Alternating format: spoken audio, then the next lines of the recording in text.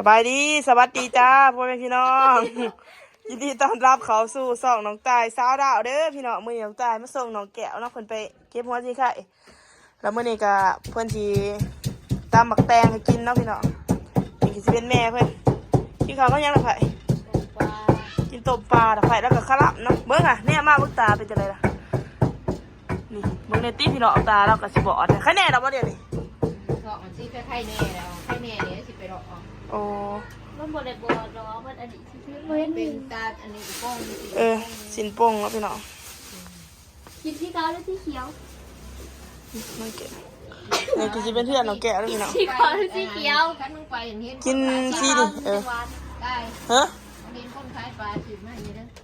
อปลาเกตนี่ ปลาแบบนี้นี่ปลาขลับบ่กินได้ป่ะปลาเนี่ยปลาเซเอ็นเด้ก็มึงไปมึงมามึงเห็นหันมันจะเห็นหันซื้อมาให้ดอกกูอยากกินสิมึงเป็นกินแล้วมันอยากเก็บกินมึงเป็นกระเพาะพี่น้องกินอีหยังกับอะไรนี่แหละก็ว่าน้องแก้วสิกลับมาแต่ไทยเพื่อมาดูแลแม่นะพี่น้องในใจเพื่อกับบ่อยากบ่มาดอกเพราะว่าหาเงินหาค่ำนี่แหละพี่น้องมันบ่มีเงินบ่มีค่ำนี่โอ้ยน่าอังพานแน่นะมันสิแสบบ่วะหมกแตงพวกไปปะยังมั้งบ่บักแตงบ่เอามาเลิกเอามั่งกระโปงของตัวนี้บอกนี่นั่งจะนับไปยังไม่รู้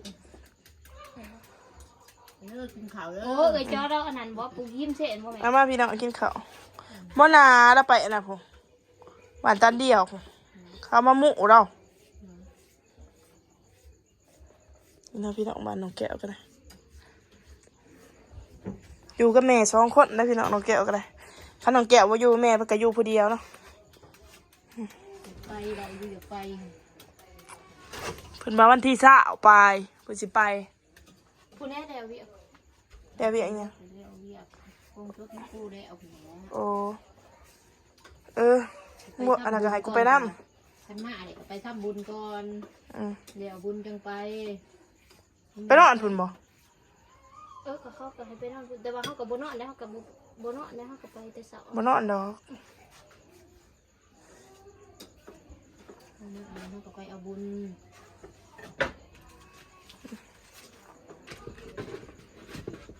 เขากินอันนี้ปลาแดกหวานนะเราปลาแดกปลาซิวที่ดักกินเขาผูกกินเนี่ยปลาแดกใหม่ดิก็บ่อยาก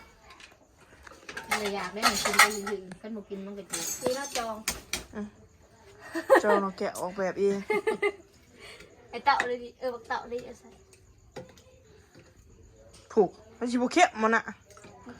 มาเบิ่งวิธีน้องแก้วเฮ็ดกินพี่น้องใส่ปลาแดกโอ้ยแซ่บใส่ร้ายเนาะเขานี่ว่าเลิกมาเบิ่งอาหารนะคะกินแต่นี้ได้พี่น้องกินอย่างอื่นแล้วก็กินบ่ได้เนาะเนี่ยข้าวก็ยังก็กินบ่ได้กินคือกินได้แต่หนีกันกินหนีกันเนี่ยมันพอเลย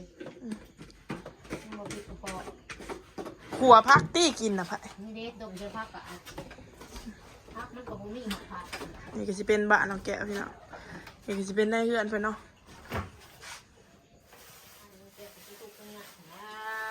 นี่แล้วก็สิว่าไปทำงานอยู่ประเทศไทยเก็บเงินมาสร้างบ้านพี่น้องเอ้ยบ้านก็ยังเป็นใหม่อยู่บ้านก็เอาไม้สร้างไฟมาเฮ็ดเนาะไม้ไฟกระท่อมไม้ไฟบ้านไม้ไฟเด้พี่น้องไม่ไฟเฮ็ดบ้านนี่บ้านน้องแก้วก็ได้นี่แหละก็ว่าสิจากบ้านไปทำงานอยู่ประเทศไทยพี่น้องเลย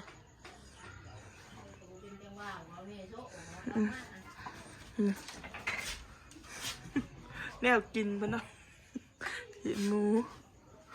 นี่แหละพี่น้องก็สิว่าอยากดันน้องแก้วกับเฮ็ด YouTube กับมีปัญหาโอ้2ปิวเด้อพี่น้องเอ้ย2บ่ได้ซะถ้าว่าน้องแก้วสร้าง2ใหม่สิลองสร้างเองเบิ่งเนาะพี่น้องสร้างเองเบิ่งน้องแก้วก็โอ้ยเสาร์นี้เพิ่นก็บ่มีรายได้อีหยังดอกมาอยู่บ้านก็ได้กินมันยาสิเที่ยวไปหาหมอ3 มื้อเรียนผิดนะบ้านนี่ก็ไปบ้านข้ากูไปเลยเด้อยังหาวันเขาพาฉันไปอีกไปใส่ไปนี่แหละไปห้องหมอนี่นะไปใส่ล่ะไปกวาดนี่นะไปห้องหมอวัดไหนล่ะห้องหมออยู่นี่คำแปลงมันต่างกันกับโอ้ เราเป็นสัตว์หมอใหญ่แล้วเป็นคนป่าอยู่ผู้หมอแข็ง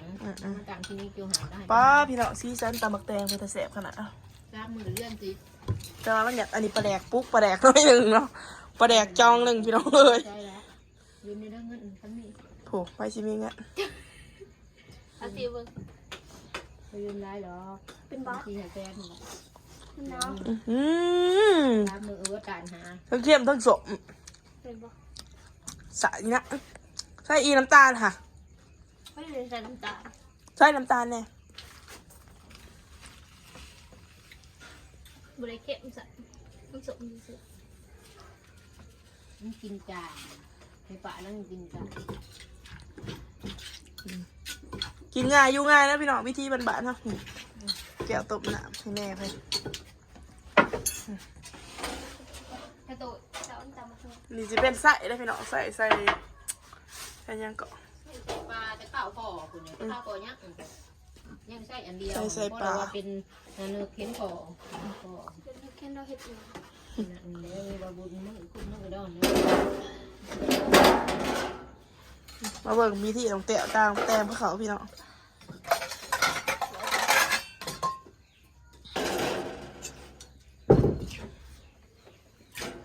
นี่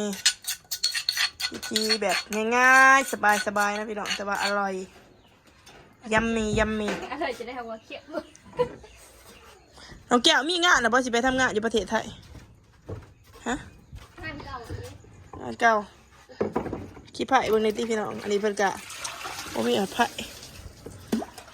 ถ้าอันถ้า ข้างกับบ่มีหัดไผ่บอลนี่แหละบอลไผ่อันนั้นไหมคะน้องแก้วโต๊ะสั่นบ่ไหม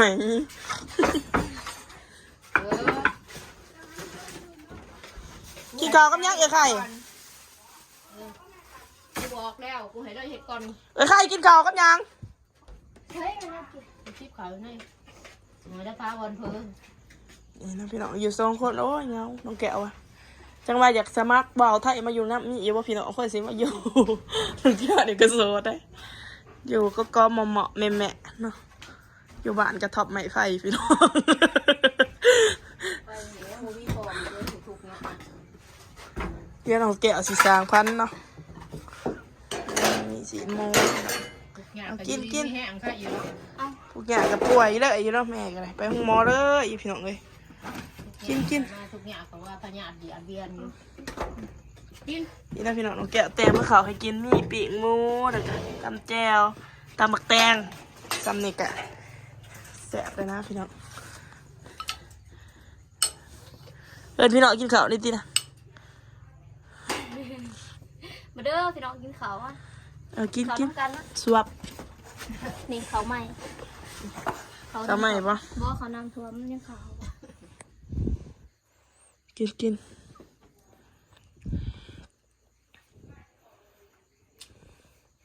น้องแก้วกับส้มๆแน่เนาะเดี๋ยวนี้สงสัยคือตายอะพี่น้องแม่กับป่วยเนาะ คือยังไม่จะนักอะไรนะ พี่น้องกินข้าวโอ้แต่บักแตงแสบนวดเด็กกินสิเพื่อกับข้อยอมนะพี่น้องยานเหมือนเนาะทุกอย่าง ไม่กินจำนี่เอง เงินที่ข้าวนี่กันหนึ่งบ่เต็มติ๊บแต่ละมื้อบางมื้อก็อิ่มบางมื้อก็บ่อิ่มเนาะกินข้าวกินน้ คือว่าจะกินเบิร์ด ำชีวิตน้องแก้วนาสงสารในส่วนนี้พี่น้องเอ้ย ถูกยำยากแล้วจะไร กินเบิร์ดเอาซ้ำนี่จ้ะ อะไรมันหักถูก มาเด้อพี่น้อง มากินข้าวนำกันเด้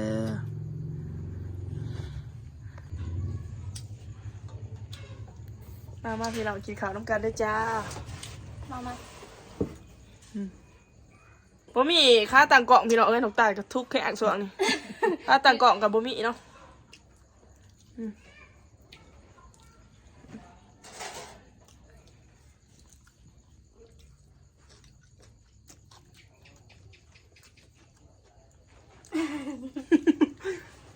ว่าอีหยังอีกนะ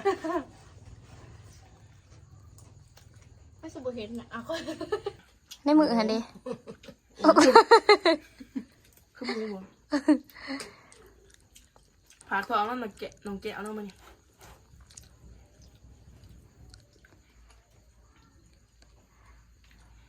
คือยอมกินแต่ รอมาแล้วจับแหงมือไม่เอา ส่วนนี้มันถูกเนาะ ช่วงไหนก็มี ส่วนได้กับโบมิเนาะถ้าปลาไก่ตายกับข้าตังเกาะกับโบมิ เดี๋ยวกินข้าวอะไรกันสิเมื่อก่อน เงินเดือน สำหรับคลิปนี้ก็สิจบเพียงเท่านี้เด้อฝากกดไลค์กดแชร์กดติดตาม เพื่อเป็นกำลังใจให้น้องตายเด้อพบกันใหม่คลิปหน้าบ๊ายบาย